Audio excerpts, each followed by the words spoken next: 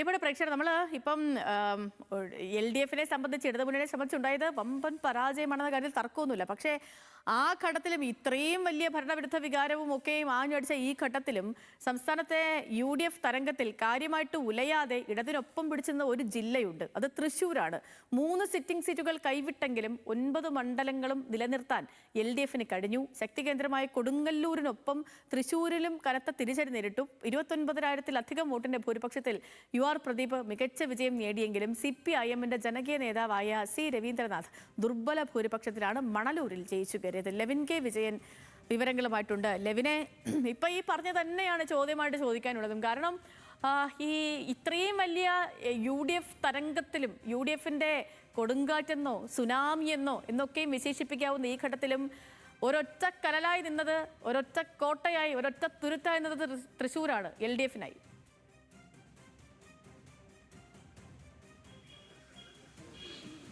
സേതു, 2019 ലോക്സഭാ തെരഞ്ഞെടുപ്പിൽ ആലപ്പുഴയിൽ CPM ജയിച്ചപ്പോഴാണ് നമ്മൾ കനലൊരു തരി മതി എന്നുള്ള ഒരു വാചകം ഉയർന്നു കേട്ടത്. അതിനുശേഷം 2025 ആലത്തൂരിൽ K രാധാകൃഷ്ണൻ ജയിച്ചപ്പോഴും ഇതേ വാചകം പറഞ്ഞു കേൾക്കുന്നു. ഇപ്പോൾ തൃശ്ശൂരിൽ 26 നിയമസഭാ തെരഞ്ഞെടുപ്പിൽ തൃശ്ശൂരാണ് ഈ പറയുന്ന പോലെ കേരളത്തിൽ LDF-ന്റെ കനലൊരു തരി ജില്ലയായി അവശേഷിക്കുന്നത് എന്നുള്ളതാണ് നമുക്ക് പറയാൻ കഴിയുക. കഴിഞ്ഞ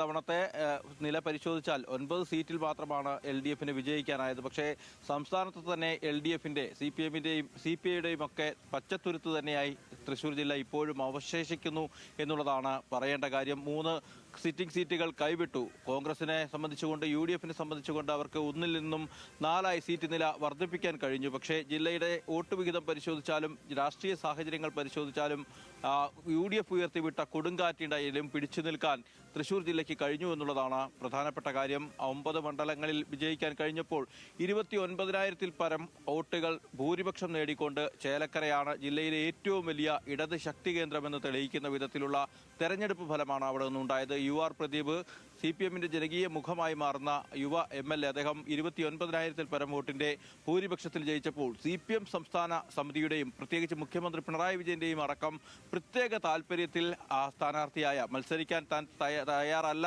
എന്ന് CPM-നെ അറിയിച്ചിട്ടും മത്സരിക്കണമെന്നുള്ള നിർബന്ധ ബുദ്ധിയോടുകൂടി മണലൂരിൽ അവതരിപ്പിച്ച LDF-ന്റെ സ്ഥാനാർത്ഥി പ്രൊഫസർ C രവീന്ദ്രനാഥ് 126 വോട്ടുകൾക്ക് മാത്രമാണ് വിജയിച്ചത് എന്നുള്ളതും എടുത്തു പറയേണ്ടതായിട്ടുള്ള കാര്യമാണ്. പക്ഷേ ആ വിജയത്തിനും ഈ ഇടതുപക്ഷത്തിന്റെ തിളക്കത്തെ മാറ്റാൻ കഴിയുന്നില്ല എന്നുള്ളതാണ് തൃശ്ശൂരിനെ സംബന്ധിച്ചുകൊണ്ട് പറയാൻ കഴിയുക.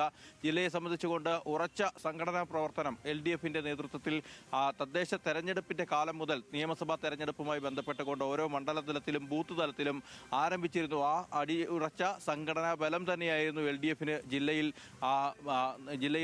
നേട്ടമുണ്ടാക്കിയത്. പക്ഷേ ഇതൊക്കെ പറയുമ്പോഴും CPM-ന്റെ കേന്ദ്ര നേതാവായ പോളിറ്റ് ബ്യൂറോ അംഗമായിട്ടുള്ള A വിജയരാഘവന്റെ ഭാര്യയും CPM സംസ്ഥാന സമിതി അംഗവും വനിതാ സംഘടനകളുടെയൊക്കെ നേതാവുമായിട്ടുള്ള പ്രൊഫസർ ബിന്ദുവിന്റെ പരാജയം, മുൻ ഉന്നത വിദ്യാഭ്യാസ മന്ത്രിയുടെ പരാജയം CPM-നെ സംബന്ധിച്ചുകൊണ്ട് ഞെട്ടിക്കുന്നതാണ്. 10,000-ൽ പരം വോട്ടുകൾക്കാണ് ബിന്ദു ടീച്ചർ പരാജയപ്പെട്ടത് എന്നുള്ളതും CPM-നെയും LDF-നെയും സംബന്ധിച്ചുകൊണ്ട് ആശങ്കയുണ്ടാക്കുന്ന കാര്യമാണ്. അതോടൊപ്പം തന്നെയാണ് തൃശ്ശൂരിലെ LDF-ന്റെ സ്ഥാനാർത്ഥിയുടെ പരാജയം.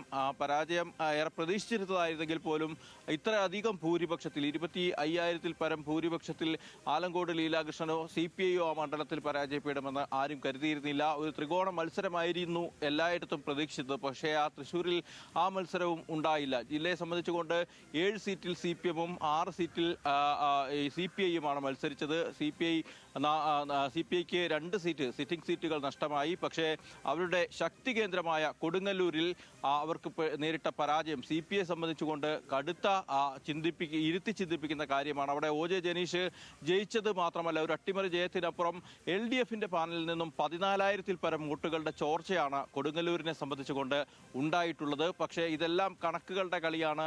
അലയടിച്ച UDF തരംഗം നമുക്ക് കാണാതിരിക്കാനാവില്ല. പക്ഷേ ആ കാണാതിരിക്കാൻ കഴിയാത്ത തരംഗത്തിലും തൃശ്ശൂരിനെ സംബന്ധിച്ചുകൊണ്ട്, ജില്ലയെ സംബന്ധിച്ചുകൊണ്ട് LDF-ന് പിടിച്ചു നിൽക്കാൻ കഴിഞ്ഞു എന്നുള്ളതാണ്. സംസ്ഥാനത്ത് ഇടത് കോട്ടകളായി അറിയപ്പെട്ട പല ജില്ലകളും പല മണ്ഡലങ്ങളും ഒക്കെ കടപുഴകി വീണപ്പോൾ തൃശ്ശൂരിൽ LDF-ന് പിടിച്ചു നിൽക്കാൻ കഴിഞ്ഞു എന്നുള്ളതാണ്. നിശ്ചയമായും ലെവിൻ, കോട്ടകൾ പിളർന്നു വീണപ്പോഴും തുരുത്തായി അവിടെ തൃശ്ശൂർ ഉണ്ടായിരുന്നു എന്നുള്ളതാണ് പറയേണ്ടത്.